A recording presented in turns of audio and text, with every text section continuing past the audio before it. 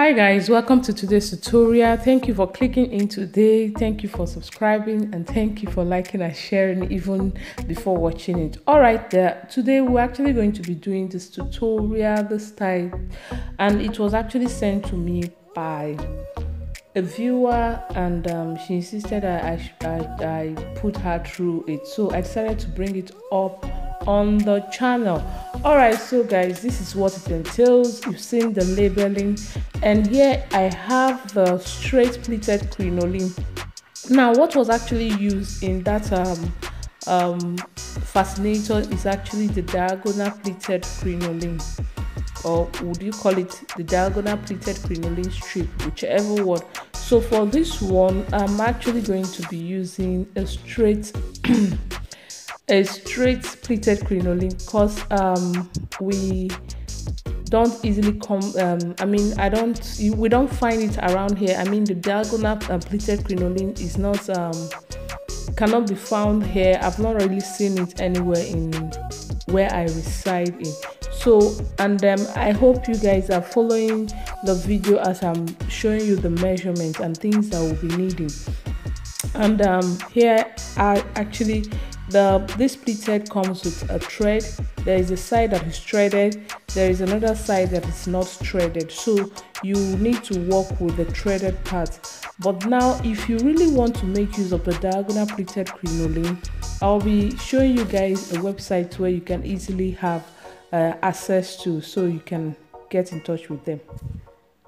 Welcome back. You can actually see the website I'm talking about, Percher Crinoline Supply. And yeah, I'm going to be leaving the link down below. It's as simple as www.peterchem.com. You understand? So, and Peterchem is with S at the end of the word. So, yeah, they have new shape just arrived. You can see. So, and of course, they have new Peterchem ribbon, cinnamon hat base. Yeah, this is not a paid sponsored video, please. I'm actually doing this based on someone's demand, and I feel this is the best way to actually be to help this person. And aside from that, it's also based on the tutorial we're actually doing. So, and these people also have some silk abaka at reasonable price though, but it's compared to what it is in Nigeria. So, and aside from that, you can always get crinoline. Like I said, you can, if you're not too conversant with pounds, you can always change the currency to suit the one that goes well with you. You can change to euro, Australian dollar, US dollar, Canadian dollar, and all those currencies that is available on the website. So now for the main thing that brought us to this website, we're actually going to be checking if they have the diagonal pleated crinoline. And here is it. It is rather. So here I'm going to be typing crinoline. Yeah. So let's go and search for crinoline. This doubled up actually. So let's search for crinoline. Alright, so these are the crinolines they have, and of course, you know, the big size is 6 inches, and for 15 centimeters of the 6 inches, this is what you get. This is the rate you get it at. Alright, so they have metallic Lorex 15 inches wide crinoline. So that is that for that. And they also have threaded white crinoline, vintage Swiss velvet. They also have checker pattern 6 inches white crinoline. They have poly braid edge white crinoline. And yeah, this is what brought us to this website, diagonal pleated crinoline strip. It's actually £4. And yeah, I don't know, let's look at this. I'm really interested in this leaf. Small vintage Italian crinoline and raffia leaves. Yeah, it has leaves attached to it. So should, in case you have this kind of embellishments you want to add to your fascinator, your heart, and all that. You can always get the details here and also be able to get more informed here. So please, let's go back to what brought us here, and that is the diagonal pleated crinoline strip.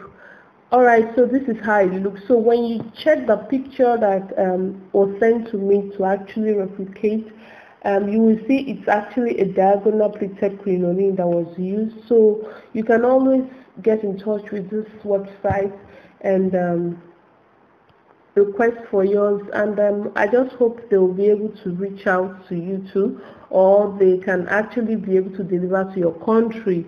So these are the addresses. Get in touch. This is a phone number, yeah, hello@petershem.com. that's the email.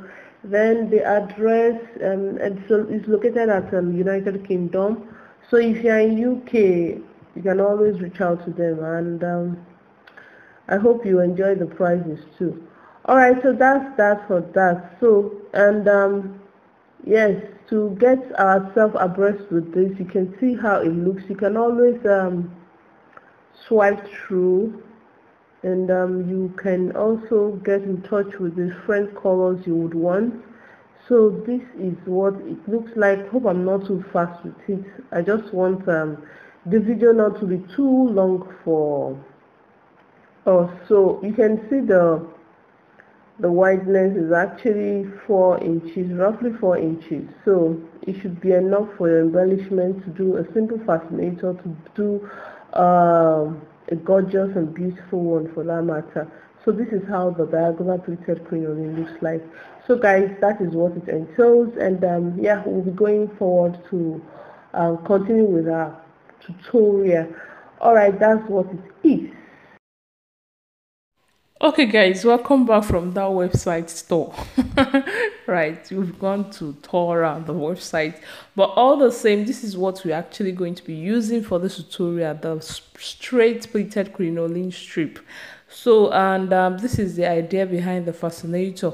Just pull the thread together and make a little gather around the fascinator, and that we should enable you spread out the wings, you understand, to look just like the way it is on the picture. Then you try as much as possible to fold the edges and tie, or if you have a hot glue gun around you, you can actually glue together. And if you are new to this channel, I've actually done something with crinoline that I had to use hot glue gun to glue, so you can always refer back to our old videos and get abreast with all of them. So why knotting the, or why tying up the edges, you can also make sure that you spread this thing, the gathers evenly, not that one side is well coiled and the other side is spread out, except if that's what you want it to be. So this is what you should also entail. And before you tie, try as much as possible to pull the threads and make sure you give it an even shape, you understand, even shape. All right, so that's been done, or that being said, this is how it looks. So now I'm going to be distributing it to make sure that it looks very okay, not that the other side is more gathered than the other. So that's what you should also consider. So when you're done with that and you are okay with the brim, let's just call this the brim, or the plates or whatever, and then you can actually decide how you want it to spread out to look well on your fascinator. While that is done, you can also try as much as possible to get your it should be 2.5 inches crinoline. I don't have that, so I decided to use a 4 inches crinoline, and I'll be making my loops but different from the one in the picture. Now you can actually decide to go creative in this aspect.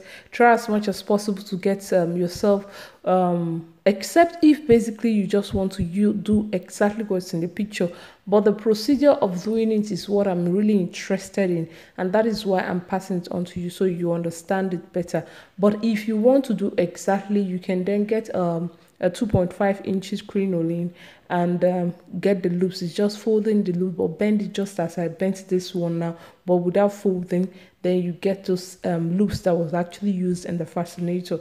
So now for me, I'm actually taking the measurement. Most times when I'm not too sure of the exact measurement I'm going to be taking, I try as much as possible to form the loop and determine the size of the loop before I decide to cut. Then I can now replicate on other strips I'll be cutting out from the crinoline. You understand? So I've actually cut out, so like I said, I have actually cut out like 8 strips out. So I'll be gluing the edges just as I did the first one.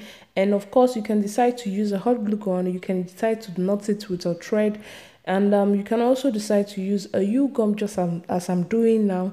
But if you are going to be using this U-gum or any fabric adhesive, you need to be very patient with it. You understand? You just need to press it, because if you press and glue and it doesn't glue, you feel it's not working. No, you can even blow air to it so it can actually start getting sticky and then finally glues together. You understand? So when you do that, you get all this done. Okay, before we move on, please, I apologize for the noise at the background. There is a construction company right beside us that is actually causing this noise, so please manage the background noise, please, and just focus on my beautiful voice, if that's if my beautiful, or if my voice is actually beautiful. But all the same, this is how I'm actually going to be forming my loops, and also form like a kind of beautiful flower around the main flower that I'll actually be running on the fascinator. But you can decide also to glue at this point, but whenever I'm trying to make a crinoline fascinator, I try so much to just stitch. Even if I'm going to glue, I'm going to also tack, so that considering the weather here, I'm in Nigeria, and most times at times it can be very hot, and you can't imagine you wearing the fascinator and all this all of a sudden it starts falling off. You understand? So things like that shouldn't even be imagined, not talk of it happening. So to avoid such a thing, try as much as possible to always stitch and make it a neat one, not that the one that will be visible to everybody that sees your fascinator. But all the same, this is what I actually did. And if you watch, I neatly arranged it, and it's not like, except if you just want it to face each other or back each other, you know, just try as much as possible to go creative when you're making your fascinator. It speaks a lot about you too. But all the same, after doing this, we're actually going to be proceeding whether to place a brooch or make a different flower to actually place on it. So the rest of the video is just trying to make sure we do every other part that we'll be needing in the fascinator, then eventually assemble the whole thing. And that's that. And yeah. And at this point, I'm done with the loops, and now I want to be tacking it to the brim. Yeah, I'm calling the brim now because it's more like it's serving like the shield over the fascinator or something. So let's call it a brim. Permit me to use the word brim. So I'm actually going to be tacking the loops onto the brim this time, and when I'm done with it, I'll actually be working on some other things. But all the same, it's at this point you can also decide to do something different if basically that's what you want. But that's that. That being said, try as much as possible to make sure that the point at which you'll be starting to knot or stitch is actually not exactly where the loop is going to. Make sure that the loop is above the brim, more like the brim should show a bit, you understand? And that should also help to enhance the beauty. And if you check back on the picture we're actually trying to recreate in our own version, you will see that the brim actually came out, and it was really obvious, and it brought out the beauty of it. Though not, just try as much as possible to avoid the loops covering the whole thing. And if you're making your loops very big, consider the brim too. The brim should also show, because by the time the brim is hidden, it kills the beauty of your fascinator, except if that's what you want exactly. So now I've run the stitch around the fascinator. And at this point I want to also add some loops, but these loops are actually going to be used as flowers. But if you would just want to add them just as I've added, and now want to go on with the flowers, it might look a bit bulky, you understand? But if that's what you want, you can just go for it. Some people like it that way, but for me, I kind of like mine to be, every single thing should be visible, so it should count, you understand? So that's that for that. And as we proceed with it, I'm going to be coming in again to explain further if there is need for that.